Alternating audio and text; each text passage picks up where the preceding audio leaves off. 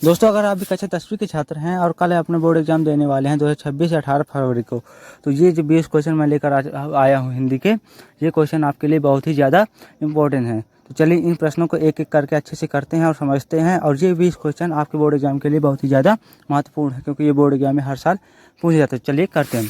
तो हमारा पहला प्रश्न क्या रखा है, ठीक है। पहला प्रश्न कह रहा है निम्नलिखित कथनों में से कोई एक कथन सही है, ठीक है। निम्नलिखित कथनों में से कोई एक कथन सही है, उसे पहचान कर लिखना है। आपके देखो का खा गा खा ऑप्शन है, तो यहाँ पे ऑप्शन नंबर घ हमारा सही हो जाएगा, क्योंकि अर्धनारीश्वर के लेखक जयशंकर प्रसाद है, यही हमारा कथन यहाँ पे सही है। कुछ लोग क्या करेंगे, ऑप्शन नंबर ग कर देते हैं। त्रिवेणी रामचंद्र शुक्ल का प्रसिद्ध नाटक है। देखो त्रिवेणी रचना तो है, लेकिन उनका प्रसिद्ध नाटक नहीं है, ठीक है, इसलिए यहाँ पे ऑप्शन नंबर घ सही होगा। अगला प्रश्न, ठीक है, प्रश्न संख्या 2। घुमक्कड़ शास्त्र के लेखक है, ठीक है, घुमक्कड़ शास्त्र के लेखक है, ठीक है।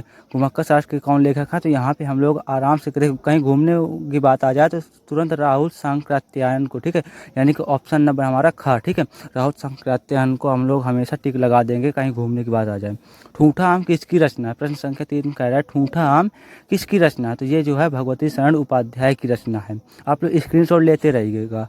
प्रश्न संख्या 4 कह रहा है पानी में चंदा और चांद पर आदमी के लेखक कौन है, तो पानी में चंदा और चांद पे आदमी के लेखक जो हैं वो है धर्मवीर भारती, ठीक है, धर्मवीर भारती हैं। आप लोग प्रताप नारायण मिश्र मत करिएगा, ठीक है, मैंने गलती से ऑप्शन नंबर घ को टिक लगा दिया था, प्रताप नारायण मिश्र, तो आप लोग उसको सही कर लेना, आप खा नंबर कर देना धर्मवीर भारती, ठीक है, यहाँ पे धर्मवीर भारती आप लोग कर दीजिएगा। आगे बढ़ेंगे, ठीक है। अगला जो हमारा प्रश्न है प्रश्न संख्या 5, ठीक है, इंदुमती, ठीक है, सॉरी, हिंदी की प्रथम कहानी कौन सी है, तो इंदुमती है, ठीक है। इसका लेखक पूछे तो इंसान खां होता है। हिंदी की प्रथम कहानी इंदुमती। और प्रथम नाटक पूछे तो उसको हम लोग नहुस कर देते हैं। कि लेखक की बात करें तो वो इंसान खां होते हैं, ठीक है, इंसान खां। प्रश्न संख्या 6 की तरफ हम बढ़ते हैं, ठीक है, हम बढ़ेंगे प्रश्न संख्या 6 की तरफ। अंजलि काव्य के रचयिता हैं, तो अंजलि काव्य के जो रचयिता हैं वो वियोगी हरि हैं, ठीक है। ऑप्शन नंबर हमारा का सही हो जाएगा। कौन सही हो जाएगा, का सही हो जाएगा, वियोगी हरि, ठीक है, वियोगी हरि आप लोग कर देना। और चैनल को आप लोग सब्सक्राइब कर लीजिए और इसका स्क्रीनशॉट ले लीजिए, ठीक है। अगला है हरी घास पर क्षण भर के लेखक हैं, तो हरी घास के क्षण भर के लेखक हैं सच्चिदानंद हिरानंद वात्स्यायन अज्ञेय, ठीक है, ऑप्शन नंबर का हमारा सही हो जाएगा, सच्चिदानंद हिरानंद वात्स्यायन अज्ञेय। 8 कह रहा है, ठीक है, 8 कह रहा है वीर गाथा काल के कवि हैं, तो वीर गाथा काल के जो हमारे कवि हैं वो हैं ऑप्शन नंबर का, ठीक है, ऑप्शन नंबर का भूषण, ठीक है। अगला प्रश्न, ठीक है, प्रश्न संख्या 9 हमारा यहाँ पे कह रहा है, क्या कह रहा है, परशुराम की प्रतीक्षा के लेखक है, ठीक है, परशुराम की प्रतीक्षा के जो लेखक है वो हमारा ऑप्शन नंबर यहाँ पे खा सही हो जाएगा, ठीक है, दिनकर, ठीक है, यानी कि रामधारी सिंह दिनकर। आंसू के रचनाकार हैं, कहीं भी आंसू, कामायनी, झरना ये सब दिखे तो जयशंकर प्रसाद आप लोगों को कर देना है, ठीक है। अगला है, ठीक है, यहाँ पे अब आगे 11 नंबर से हमारा व्याकरण के प्रश्न शुरू हो जाते हैं, ठीक है, ये भी बहुत ही ज़्यादा इंपॉर्टेंट है, तो चलिए इनको भी करते हैं। तो हास्य रस का स्थायी भाव क्या है, ठीक है, तो हास्य रस का स्थायी भाव हास होता है, ठीक है, हास का तुरंत याद रखो क्या होता है, हास होता है, ठीक है। उपमा के कितने अंग होते हैं, ठीक है, प्रश्न संख्या जो 12 कह रहा है उपमा के कितने अंग होते हैं, तो उपमा के 5 अंग होते हैं, ऑप्शन नंबर हमारा खा सही हो जाएगा। 13 प्रश्न कह रहा है रोला के कितने चरण होते हैं, तो 4 होते हैं, ठीक है, 4 होते हैं।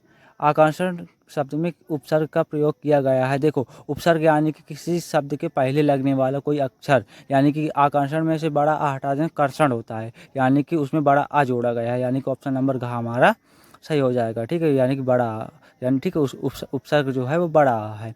शताब्दी में कौन सा समास है, ठीक है, प्रश्न संख्या 15 तो बहुव्रीहि समास हो जाता है उसमें, ठीक है, शताब्दी में।